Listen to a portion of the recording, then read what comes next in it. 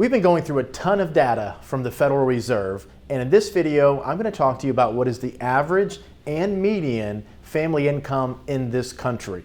So the last video we did had to do with the average and median net worth. So at the end of this video, you'll be able to click on that video. It did great. We had 50,000 views in just the first week. So a lot of people are interested in this information. We're going to go through income, average income in this video so you can see how you compare. And then at the end, you can click on the net worth to see how you compare based on your age for average net worth in this country.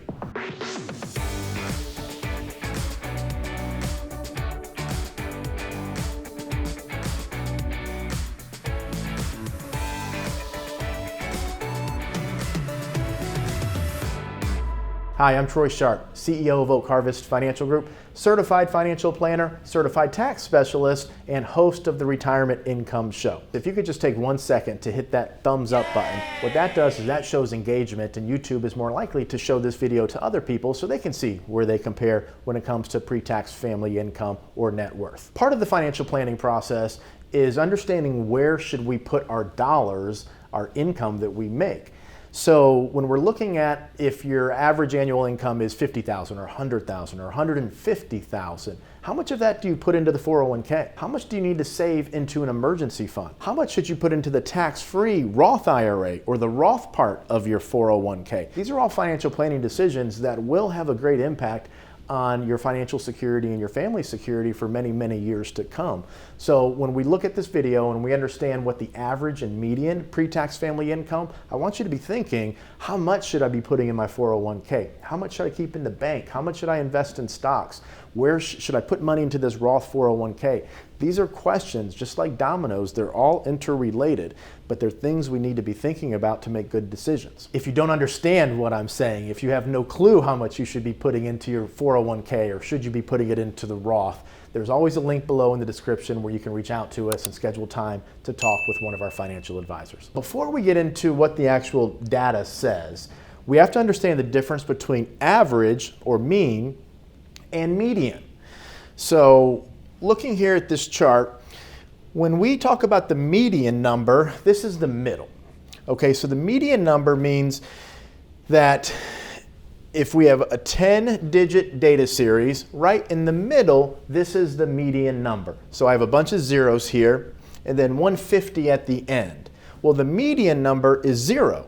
So if we had 10 people, and 9 of them had 0 annual income, and 1 person made 50 bucks, well, the median is 0, but to get the average, we have to add up the data points in the series, divide by the total number of data points to get the average. So sometimes the average can be a bit skewed because if you have people on this end of the spectrum that make a whole lot of money or have a whole lot of net worth in the other video, the average can sometimes be skewed. So most people, when we go through these numbers, when you're comparing kind of where you stand and how you stack up, I would probably focus on the median because that's right in the middle. If there were 10 million people on this side in your similar age range and 10 million people on this side, the median is the middle. The average is going to be skewed by the ball players who are making 10 million a year, 15 million a year, 20 million a year, movie stars, people who make an extraordinary amount of money. So it's important to understand the difference here. Okay, so less than 35 years old. We're going to break this down into 10-year demographics going all the way up to 74. So those that are less than 35 years old have an average family income of $65,160. The median family income, or the middle, is about $48,870. So when you're in your early 30s, you're getting into your career, you're starting to hopefully, whether you're starting a company or you're working for a corporation, hopefully you're building your skills and really preparing yourself to make better money in your 40s, 50s, 60s, and so forth. But these are the numbers. Less than 35, 65,000 is the average, 48,000 is the median. Now, as we get a little bit further along into our career, those age 35 to 44, the average family income is 110,000, and the median family income in this demographic is 73,000. Now, when we talk about family income, we're talking husband and wife, or at least a married couple. So If you're single, maybe your income is half of this. If you are married, you should probably be somewhere in this range if you want to be around the average family income or the median. Those 45 to 54, we see a clear escalation in total income. At this point, you should be far along into your career. You've built the skills, you have the education, you've formed the relationships, you've established your network, and you should be making pretty good money at this point, especially if you want to be saving for retirement and positioning your family for financial security. So the average is $145,210, and the median here is $78,400.